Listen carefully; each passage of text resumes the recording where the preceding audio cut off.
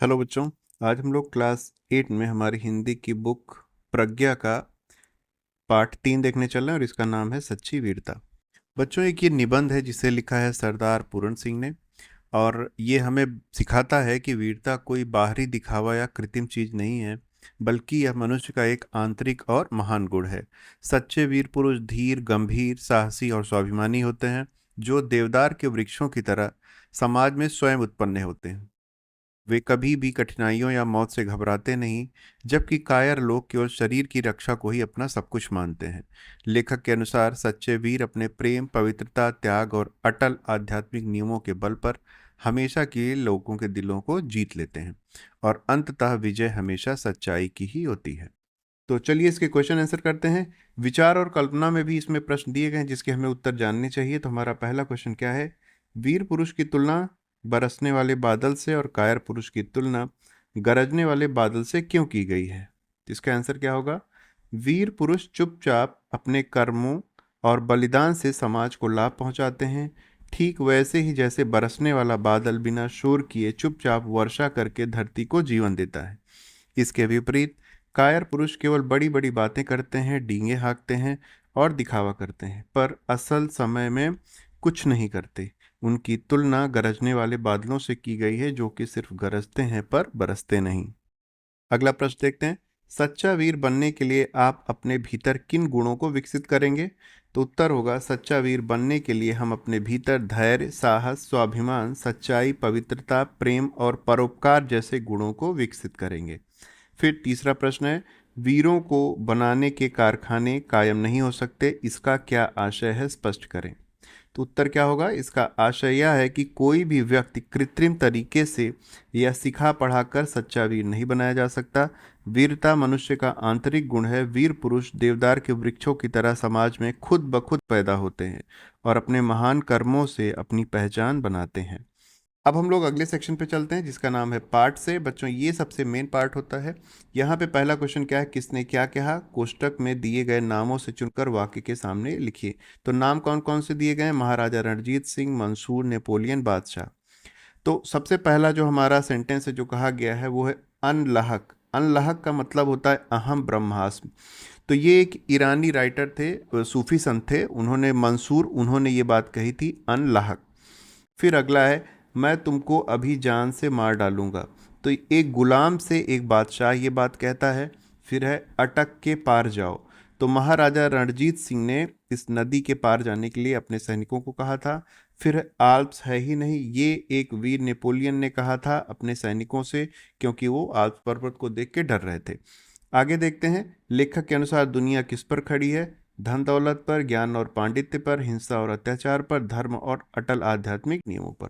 तो इसका सही आंसर क्या हो जाएगा? इसका सही आंसर हो जाएगा धर्म और आध्यात्मिक नियमों पर। आगे है आपका, अपने अंदर की वीरता को जगाने के लिए हमें क्या करना चाहिए? उपयुक्त कथन पर आपको सही का निशान लगाना है। तो यहाँ पे उपयुक्त कथन पे सही का निशान लगाना है।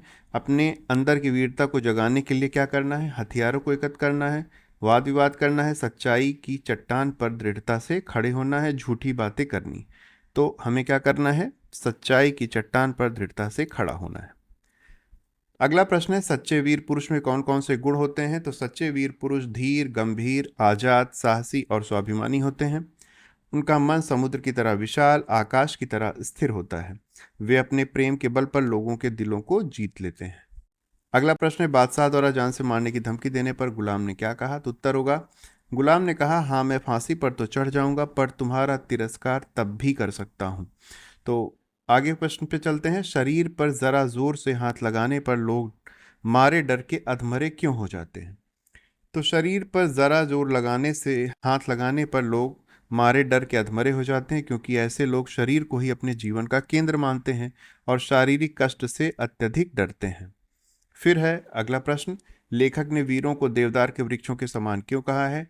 तो उत्तर होगा, लेखक ने ऐसा इसलिए कहा है क्योंकि देवदार के वृक्षों की तरह वीर पुरुष भी समाज में स्वयं उत्पन्न होते हैं और बिना किसी बाहरी सहारे या कृत्रिम प्रयास के महान बनते हैं।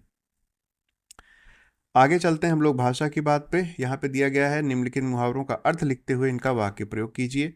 तो हमारा पहला था, डर से अधमरा होना, मतलब बहुत डर जाना।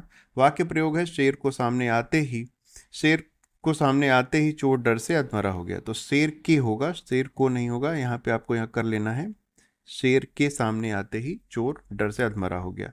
अगला है हमारा छाती ठोक कर आगे बढ़ना। अर्थ क्या होगा? निडर होकर मुकाबला करना। वाक्य प्रयोग क्या हो जाएगा? सच्चा वीर संकटों का सामना करने के लिए छाती ठोक कर आगे बढ़ता है। फिर है रास्ता साफ होना। अर्थ होगा बाधा समाप्त होना। पुलिस के आते ही गुंडों का रास्ता साफ हो गया, अर्थात भाग निकले। ठीक है, चलिए आगे हम लोग देखते हैं। रंग चढ़ना। रंग चढ़ना मतलब प्रभाव पड़ना। तो देशभक्तों की कहानी सुनकर युवाओं पर वीरता का रंग चढ़ जाता है। तो ये हमारा सेंटेंस हो गया। फिर है दिल को बांध लेना। मतलब होगा मन को मोह लेना या प्रभावित करना। तो महात्मा बुद्ध के उपदेशों ने लोगों के दिलों को हमेशा के लिए बांध लिया। आगे है आपको यहाँ पे निम्नलिखित शब्दों के समानार्थी शब्द लिखने हैं। तो आजाद का समानार्थी शब्द होता है स्वतंत्र या स्वाधीन।